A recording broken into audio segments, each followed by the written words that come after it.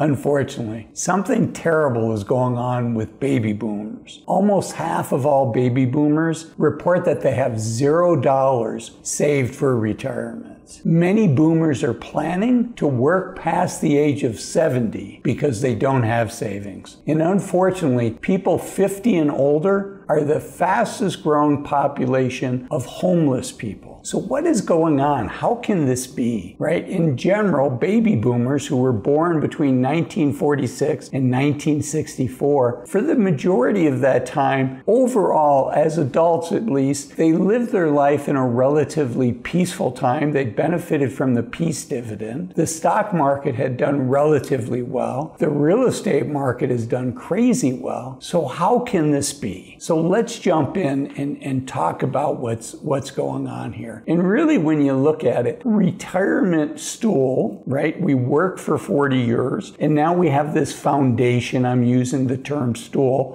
because there's 3 legs to it. This retirement stool was really composed of those 3 legs, which is the first one is the money that we've saved. The second one is Social Security. And the third one is a pension. So I think part of what's going on here is, at least when it comes to that pension, we know that most baby boomers do not have access to a pension. Most of us don't have, regardless of our age now, right? That's mostly a thing of the past, unless you work for the federal or the state government or the local government, or maybe a university, or in the healthcare space, there tends to be still some pensions. But for the most part, most of us don't have pensions. So our 3-legged foundation, our 3-legged stool is really cut down to 2. And let's look at the next 2. The next one is the retirement savings. So what's going on with the retirement savings? This chart is from the Wall Street Journal. Now, this is not just boomers, this is all Americans, but you can see almost half, 49.5% of all Americans have $0 saved for retirement. And if you look at under 100,000, it's almost 80% of all Americans have 100,000 or less saved. Unfortunately, we're not saving enough money. We're going to come back to that, but that's one leg of the stool. I also, before I go on to the next leg, which is Social Security, I want to address the homelessness issue, because I think part of what might be driving that, frankly, is a piece of that is healthcare costs. And then it's also that baby boomers are getting either in retirement or very close to retirement. Within the next 5 to 10 years, virtually every baby boomer is going to be at an age where they're going to be thinking about retiring. In fact, pretty soon, I mean, the youngest baby boomers are 60 years old right now. So they're entering that phase right now. And unfortunately, a lot of folks plan their savings and their retirement as if they're going to be able to work to 65, 67, 70, whatever the number is for you. But almost 40% of all retirees report that they retired before they wanted to retire. And maybe that's because they got laid off at work. Maybe that's because the economy was doing poorly. Maybe it's because they lost their health or they had to take care of aging parents. But whatever the reason is, again, almost half, 40% of all new retirees say, you know, they would have preferred to work a little bit longer, but the situation called for it, whether it was their health, taking care of parents, whatever it is. So I think that's part of how people can get on this homeless issue. Obviously, drug addiction plays a big role. The whole homeless situation is very complicated, but another thing could be healthcare costs, right? They could have an emergency expense. Almost half of all Americans, regardless of their age, say that they could not afford an unexpected $1,000 expense, which is why having an emergency fund is so important. Okay, let's keep going. So I shared that chart earlier from the Wall Street Journal that shows retirement savings, but what about net worth, right? Retirement savings would be in accounts earmarked for retirement, primarily IRAs and 401ks. But what about outside of that? Your net worth would include the value of all the assets that you own. You know, for most of us, our most valuable assets from a financial standpoint are going to be our home, if we own our home, and our car. And net worth is just simply the value of everything that you own minus any debt that you might have, which for most of us would be a mortgage, would be a car payment would be credit card payments and student loans. But it's the value of all your assets minus your liabilities. In this chart here by the Survey Consumer Finance, that just came out in October of 2023. It's 2022 data, but it just came out, and the Federal Reserve runs this Survey Consumer Finance survey every 3 years. So this is the most recent data that we have. It's very recent. And you can see here what the median net worth is by household, not by individual, but by household. So when the Federal Reserve does this survey, if there's 2 adults in a home, it's the net worth of both of those adults. If they do the survey and there's 1 adult in the household, then it's the net worth of that 1 adult. So you can see less than 35 years old, people haven't saved up that much money yet, $39,000. From 35 to 44, it's $135,000. 45 to 54, it's almost $250,000. Then 55 to 64, so we're starting to get into the boomer range, is $365,000. 65 to 74 is $410,000. And then 75 plus, people start spending that money down. So that is what the median net worth is. So you can see 55 to 64, the total net worth, including the home, is $365,000, and that goes up to about $400,000. So is that enough? Well, that's one leg, right? I mentioned earlier we had 3 legs, but for many of us, we lost the leg of the private pension. And so now we just have 2 legs. We talked about savings. The only one left is Social Security. And this tends to be the #1 source of income for retirees. So what is the average Social Security payment? It changes every month,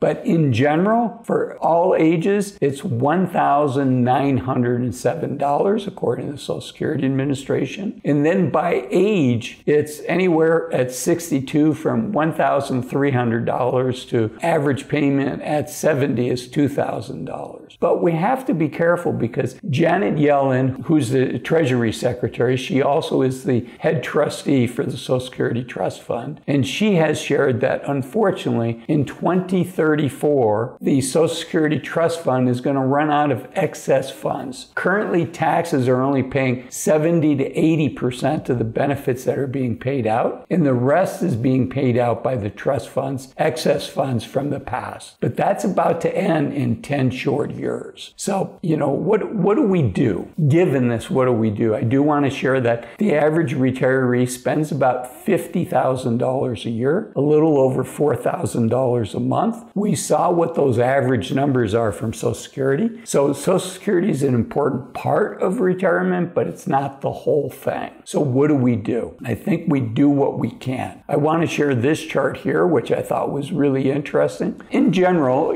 my point is, before I get to this chart, you do what you can. And if you haven't been able to save in the past, we probably need to do what we can to get to as close to 20% savings as possible. But you do what you can. If you can save 8%, you save 8%. But this chart here, and this is from a recent study, I'm going to do a video on this, but this shows the difference between somebody saving 8% a year from the time they graduate college in their early 20s, a constant 8%, versus somebody that really didn't save that much early on. But then once the kids leave the home and about 50 years old, then that person, instead of saving 8%, is saving 13%. And the study claims that those results would be the same. It sounds a little too good to be true to me, but in general, my point is you save what you can. And I am going to do a video on this study to see if indeed this is true. I'm sure the math is right on it, but you do what you can and you make the best of what you can, and realize that in over half of the world's population, they don't have 401ks, they don't have IRAs, they have KIDS. And for instance, my mother lives with my sister, and it's a wonderful situation for both my sister and for my mom. So it's worked out really well. And so multi-generations living in one house kind of goes against our culture, but there's a lot of benefits to that. So I want to close with that. And then I also want to share, you might find it interesting, I talked about the average expenses in retirement. This video here talks about the average income for retirees in America. I'll see you in that video. Thanks for watching this one. Bye-bye.